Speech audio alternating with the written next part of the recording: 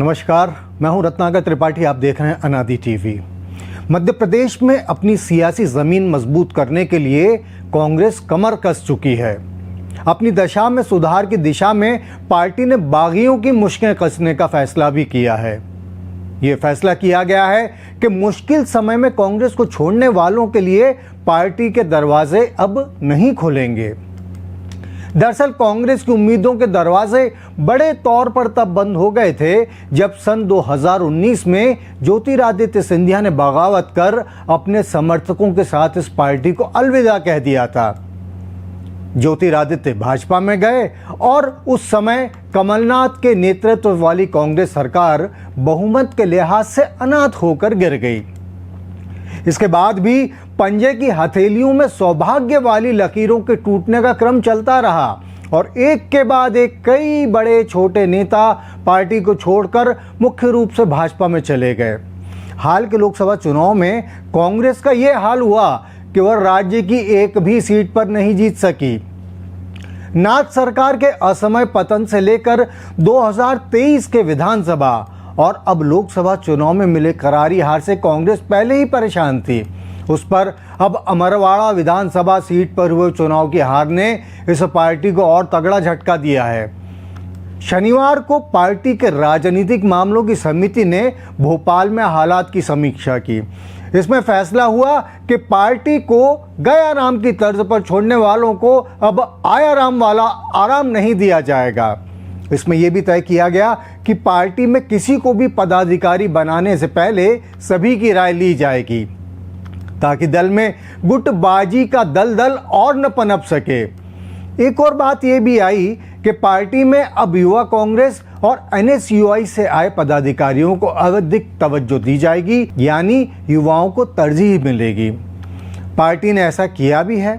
विधानसभा चुनाव के बाद उम्र दराज कमलनाथ को हटाकर उनकी जगह अपेक्षाकृत युवा जीतू पटवारी को प्रदेश अध्यक्ष बनाया गया।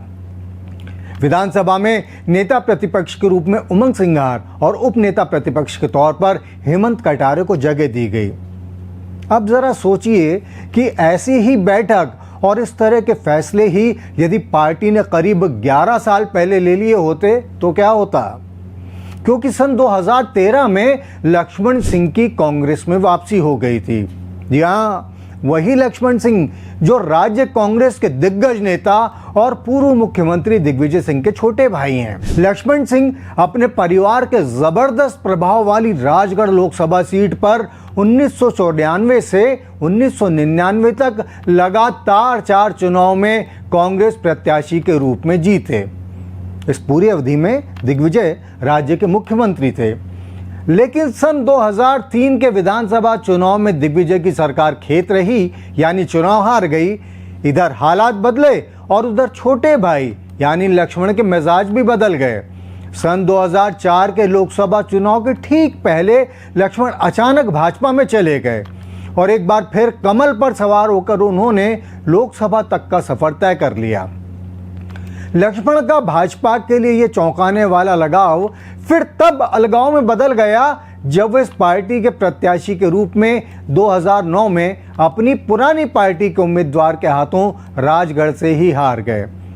इसके बाद राज्य में 2013 के विधानसभा चुनाव आए और इसकी गहमा गहमी के बीच लक्ष्मण कांग्रेस में लौट आए। ऐसा होने की शुरुआत उस दिन हुई जब इस चुनाव की तैयारी के सिलसिले में खुद राहुल गांधी भोपाल आए हुए थे।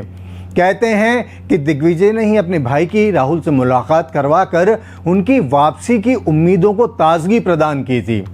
लक्ष्मण सिंह ने भी कांग्रेस को उसके बेहद मुश्किल समय में ही छोड़ा था, क्योंकि अपनी सरकार जाने के बाद दिग्विजय ने 10 साल के लिए चुनावी राजनीति से संन्यास ले लिया था और इसके बाद पूरे 15 साल तक कांग्रेस प्रदेश में भीषण सियासी सूखे से जूझती रही।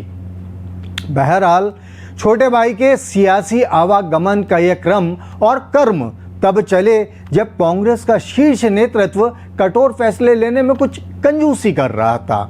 शायद यही वजह रही कि बड़े भाई के असर की वजह से कांग्रेस नरम रुख अपनाते हुए क्षमा बड़न को चाहिए छोटन को उत्पात वाली शैली में लक्ष्मण के किए को बिसराकर उनकी वापसी होने दी। जैसा कि हमने पहले भी कहा, राज्य में कांग्रेस की दशा 2013 में भी खासी खराब थी और अब भी पार्टी इसमें सुधार की दिशा में कोई ठोस, कोई निर्णायक कदम नहीं उठा सकी है। तो यदि शनिवार को बागियों की मुश्किल कसने वाला फैसला 11 साल पहले या उसके आसपास हो गया होता तो बड़े भैया के छोटे भैया का क्या होता? वैसे क्या वाकई कुछ हो पाता? क्योंकि उन दिग्विजय सिंह का मामला है जो राज्य में कांग्रेस के अनेक फैसलों को अपने आभा मंडल से जरा भी फासलों पर जाने का मौका नहीं देते। वरना क्या यह मुमकिन था कि राजकुमार पटेल की भी कांग्रेस में वापसी हो जाती? जी हाँ, वही राजकुमार जो राघोगढ़ के राजा दिग्विजय सिंह के बहुत विश्वसनीय लोगों में शामिल हैं। वही राजकुमार जिन्होंने सन 2009 में विदिशा लोकसभा सीट पर हुए चुनाव में कांग्रेस की भद पिटवा दी थी। इस चुनाव में पटेल का मुकाबला भाजपा की दिग्गज नेत्री सुषमा स्वराज से था, लेकिन पटेल ने बी फॉर्म ही जमा नहीं किया और एक तरह से स्वराज को वॉकओवर मिल गया था। ऐसा हुआ या किया गया, ये रहस्य की गर्त में है, लेकिन इससे कांग्रेस की जो गत हुई उसके चलते पटेल को 6 साल के लिए पार्टी से निकाल दिया गया था। मगर निष्कासन की अवधि खत्म होने से 1 साल पहले यानी 2014 में पटेल फिर कांग्रेस में आ गए। ये सब अब से 10 साल पहले हुआ था और इससे भी 1 साल पहले लक्ष्मण सिंह भाजपा को छोड़कर फिर से कांग्रेस में आ गए थे। इन देव नेताओं के पुनः आगमन से कांग्रेस मजबूत हुई हुई नहीं, लेकिन इन 2 घटनाक्रमों के जरिए दिग्विजय पार्टी में अपनी मजबूती दिखाने में जरूर सफल रहे थे। हम भी आपको राजनीति के ऐसे ही और भी घटनाक्रम दिखाते रहेंगे। फिलहाल इजाजत दीजिए, आप देखते रहिए अनादि टीवी। नमस्कार।